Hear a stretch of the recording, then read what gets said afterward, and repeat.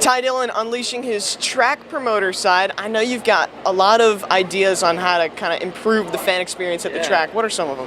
You know, I think we just kind of got to be innovative, and we have to do things a lot different. I think maybe the model with grandstands is maybe old school still.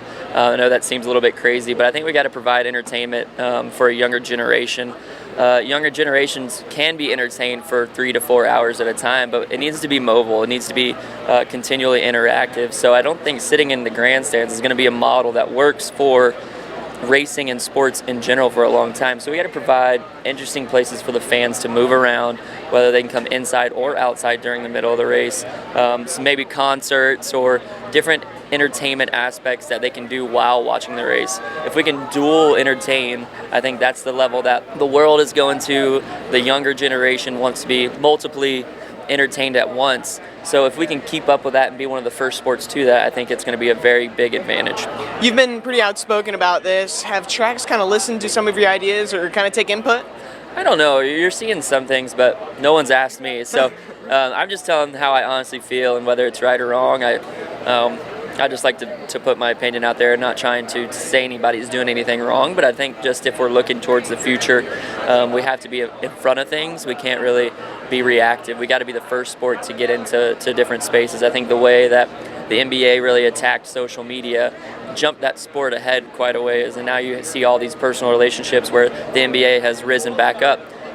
You know, we've kind of been in catch up in some of these things. We've got to be the first sport because we have the only sport that we can actually live stream from inside the car and get interactive. So we've got to make that possible for every single driver in the field. I think that's another aspect that we've got to really work on and be ahead of the game in. The fan experience at places like here, ISM Raceway, Richmond, Daytona, Talladega have kind of risen the past couple of years. What's it like walking through those new venues?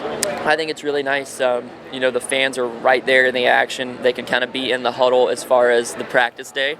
Well, we got to continue to step in that direction. I think that's one step, but we need to take about 10 or 11. We need to continue to go forward with that mindset. And the tracks that haven't even gone to this, they're way behind. And I think I commend all the tracks that have taken the extra effort to bring the fans in a different way. But we've got to continue to move. Even these tracks that have brought this in, they've got to continue to be innovative as well if we're going to stay on top.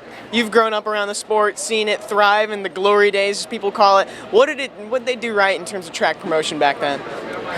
You know, I think they had a lot of help because the sport was new. You know, a lot of newness and the crazy good old boy mindset. I think the sport is just as entertaining, probably more entertaining than what it was then. I just think the world is just more focused on a lot of things. You know, the way that technology's grown, we just have to grow with it, and people can be distracted by so many things. It's hard to get them to sit still in a stand where some of these tracks don't even have Wi-Fi and watch a race for 3.5, 4 hours. So we've got to get ahead of it. We've got to entertain at a different level. It's not the fact that the product that the sport is giving is not sellable. It's the point that we've got to move with technology. We got to move with the world, and we got to be pushing forward as far as staying ahead of the game. Next level ideas for Ty Dillon. He's got a lot on his list for what tracks could be doing in the future. For more videos, make sure to visit AccelerationNation.com. And remember that kids 12 and under are free to all NASCAR Xfinity Series and NASCAR Gander Outdoors Truck Series races.